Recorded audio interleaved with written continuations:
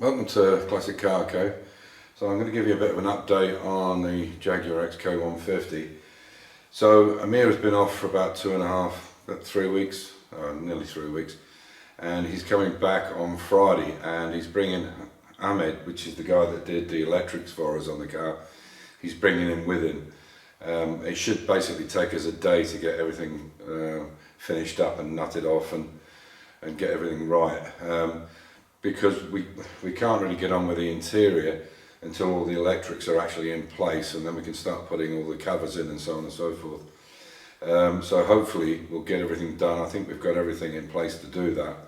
The main issue has been the LED, that we're not sure how this LED system works, and there's a few things that go with it which I'll show you and explain why that has to go in first, because obviously the dashboard and all the other bits and pieces.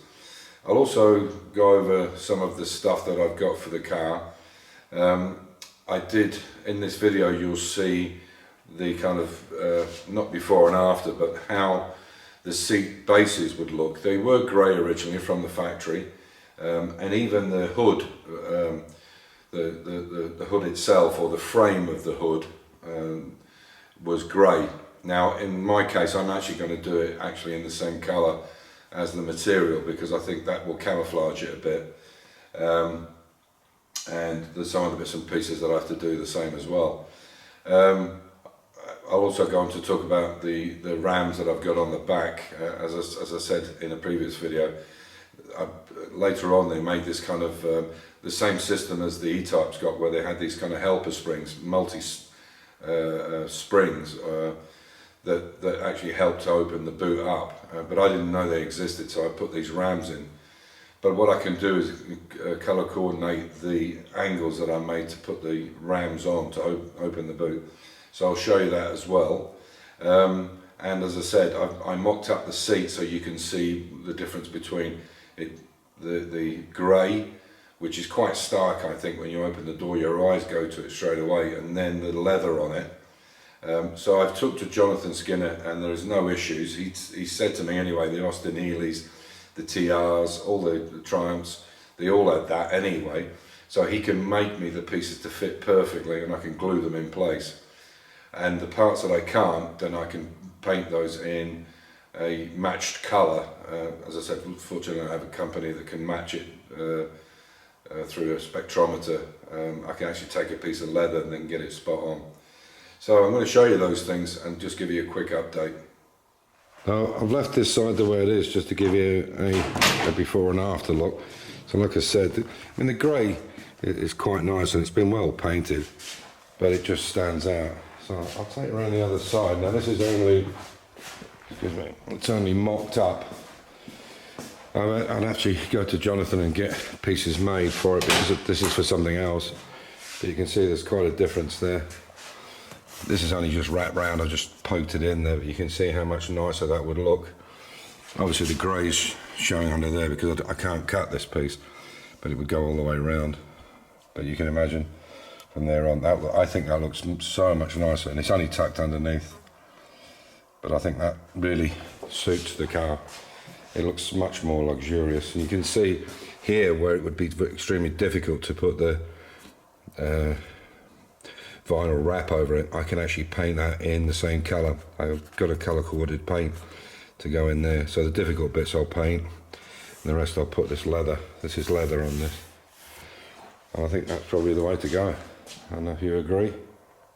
So these are some of the things that I got from the Better Lighting Company, or I think they call it was Foresight Visionary Lighting, but it's there, the Better Lighting Company. You can check them out. These are the LED bulbs we're using in the illumination for the dashboard. This is obviously a indicator flasher unit, and this little box here is actually a noise activation, or I say activation, it makes the noise of the indicator clicking on and off, which is quite amazing really. So that's got to be fitted. I'll take you down to the other end and show you. You have to excuse the workbench here is quite a mess because I've been doing quite a lot of things. And obviously this is the lighting system. So you can see on the car there is still one on it. And obviously I can't put these in permanently until all this lighting is in place and clipped in place.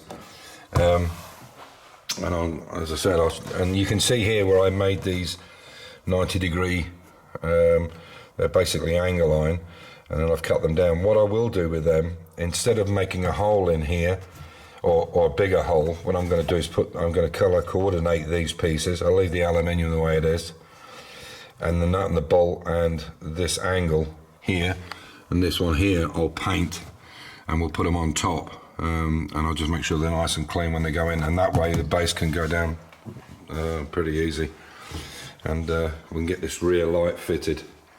So as I said, that's the LED system there, which has got an indicator. Obviously originally in America this would have been your stop light, and then the stop light would have flashed to indicate that you're turning left or right, whatever. But this one has an orange light and a stop light and a side light. And then inside the car, again, we've put these LED bulbs in here, as you can see. They're all LED, and they're a green colour, and they look really nice, but you can get them in blue and white and soft white, whatever. So it's really all these things that we need to get cleared up. Also, I need to mount the power steering assist, which is on a rear stat, so you can actually turn it off and have no power steering whatsoever, or you can turn it right up while you're parking or reversing. Imagine this is much smaller wheel than the original one would have been, so it's going to, you need arms like Garth to reverse these things, so you can put it on full or nothing at all if you want. So this has been sat in here now for a week or so. Obviously this has got to come out. I will turn this gear stick round the other way, so it's actually facing forward like it should be. And there's a couple of things that I've noticed. There's a piece of metal which I'm going to take out and put a cover over it, make it flat. And this is where the solenoid would have been for the overdrive unit, so I'm going to take that out, otherwise it'll be lumpy. I can now take some measurements in here for a over mat, and then we can start putting some of this stuff in.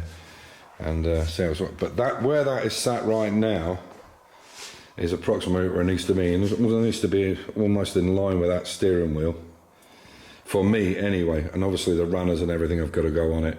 So we'll take all this stuff out before next weekend, before Ahmed and Amir come. We can get all the electrics buttoned up, get him back down to Bosnia or Tuzla where they live, and then we can crack on with this interior. So the first big exercise will be to put all the leather in around here and all the chrome, so we can get the front windscreen fitted up. So that's one of the jobs that we need to do, and hopefully start buttoning up all these door cards, glass and so on and so forth. But there's a lot of work to do, and I'm hoping before Christmas, I think probably, November, early December, we will have it all buttoned up. And then right after Christmas, we'll buy all the new wheels and the new tyres, because I need to buy 5 brand new tyres. So I've laid this stuff back out again after having visitors. We used the pool table obviously while they were here. So these are the 2 dash tops. This is a new chrome piece that was in. The one we had originally was really buggered. This is the centrepiece, the door pockets. It's a bit of a jigsaw, obviously.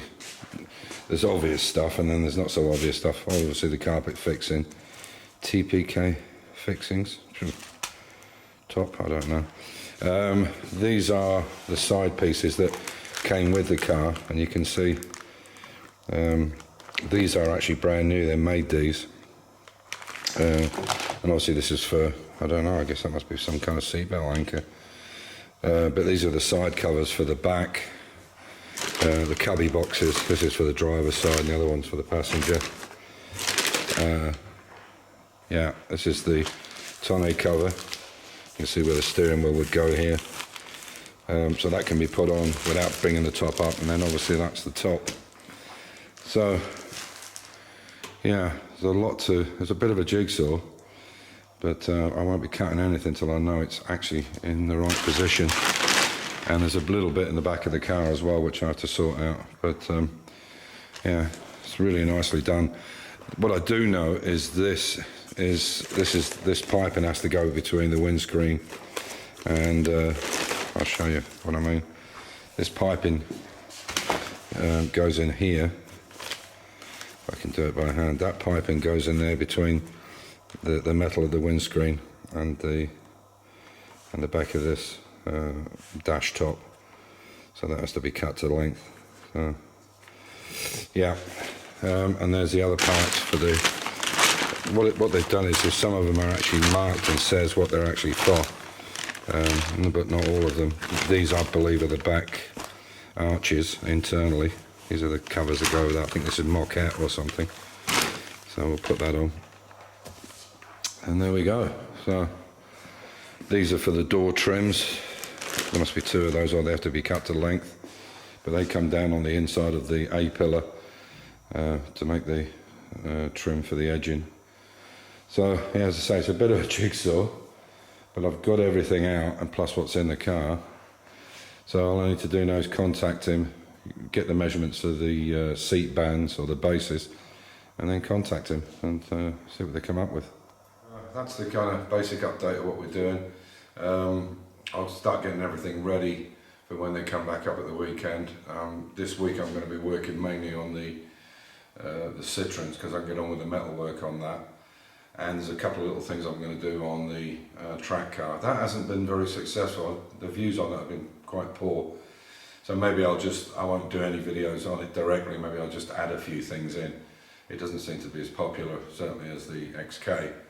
And the Citroen is not much better, to be honest. But I would have thought being metal work and seeing what's going on would have been more interest to people. But yeah, you never can tell.